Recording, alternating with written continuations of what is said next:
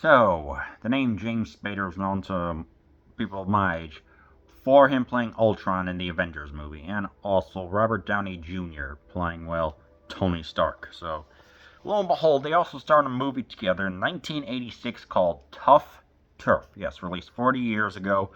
Directed by Fritz, I forgot his last name. It's roughly an hour and 50 minutes long, and about kind of typical gang warfare, not particularly like anything super duper violent, but it's kind of a 1980s teenage delinquent movie. Well, it actually is. And you know what? I liked it. It's how would you describe it? I guess one could call it like an updating of West Side Story and Rebel Without a Cause. As in, there's this character played by James Spader who moves into town and he causes some havoc for a local gang. And I'm like, all right, I like what I see here. And what happens is, well, a little bit of gang warfare, I guess you could say, but done in a 1980s way. So what I mean by that, well, just mainly at the high school. You know, they have some brouhaha going on. So we have this one lady named Frank, Francine, in case you're wondering, who's with the leader of who's the leader of the gang, Nick, and he has his cronies and everything, but at the same time, she grows tired of having to deal with his antics and slowly starts to turn to the other side. I'm like, all right, that's pretty interesting. And this is a movie where it moves at a good pace, in my opinion. Obviously you have some dance sequences involved, which I'll get to, but it does fly by enough, which I'm like, So this has a 4K release, so as I'm watching this, I'm thinking, okay, what are some of the cliches that we can hit up with this 1980s style? First 30 minutes, you have the newcomer coming in. He pretty much makes a mockery of the gang. You have the dance sequences, and you have the music that's a combination of funk, R&B, and rock, which is actually really nice. And it's just the tone, but at the same time, you get a little bit of drama going on. Drama, comedy, action. It's one of those type of movies, so you know exactly what you're getting. Spader here, he plays the kind of good-hearted person who's got a little bit of a mean streak about him. So it's kind of typical for back then. But when he sees like that, there's some real danger. He kind of steps in to save the day, I guess.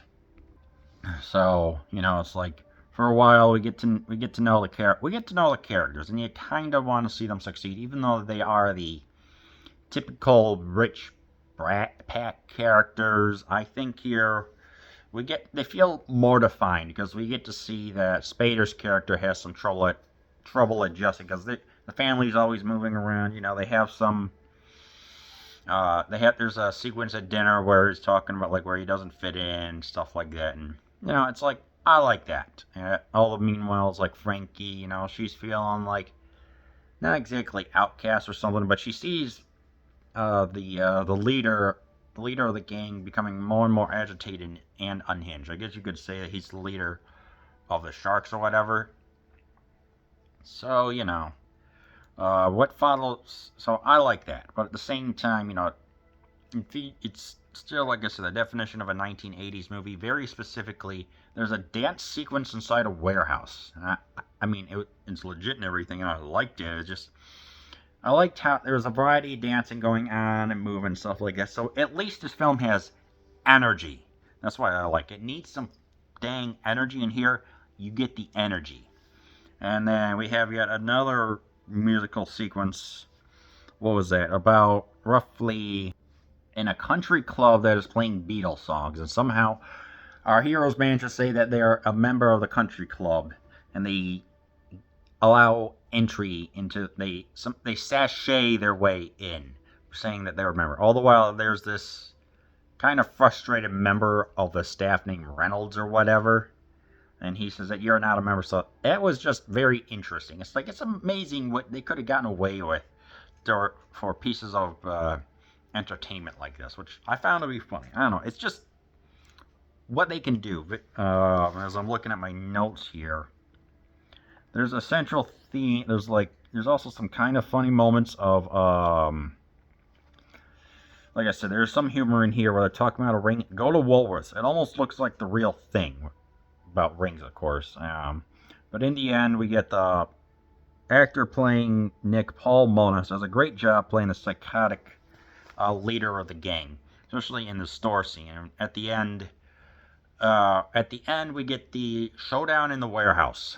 Boy, isn't that like, I'm missing this where the dance sequence took place, and it works. He eliminates he eliminates the minions, and he gets right up to the bad guy. They managed to brawl and everything. It's like, okay, it feels right. I think this film it's like, it feels like the director knew what he was doing, and he took these up and comers and everything, and which, I don't know, it works right. There's just the balance, everything goes, just like the escalation, the coolness, the character development is great, the music is great.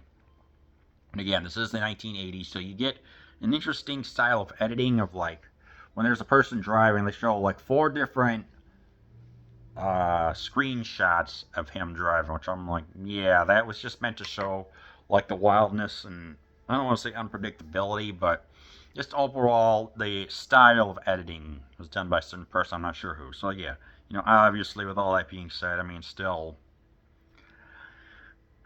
still kind of it's reminiscent of the times where it's not bad. It's not bad at all. It's just, exactly what you're getting. You're going to have all these other movies that are similar, like The Breakfast Club, and I know there's some other ones.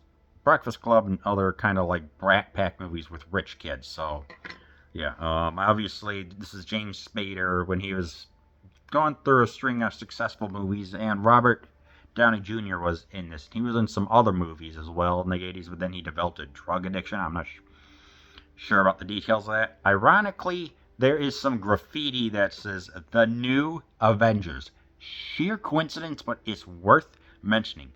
So the YouTube feature that does all the video summaries include that as well. So yeah, ultimately with Tuff Turf, it's like, you know exactly what you're getting. It's fun. It's got the 1980s style of sneaking into country clubs and everything else. But you can watch it on YouTube for free, because you can probably find the Blu-ray for $20. But yeah, definitely watch. I recommend you watch Tuff Turf.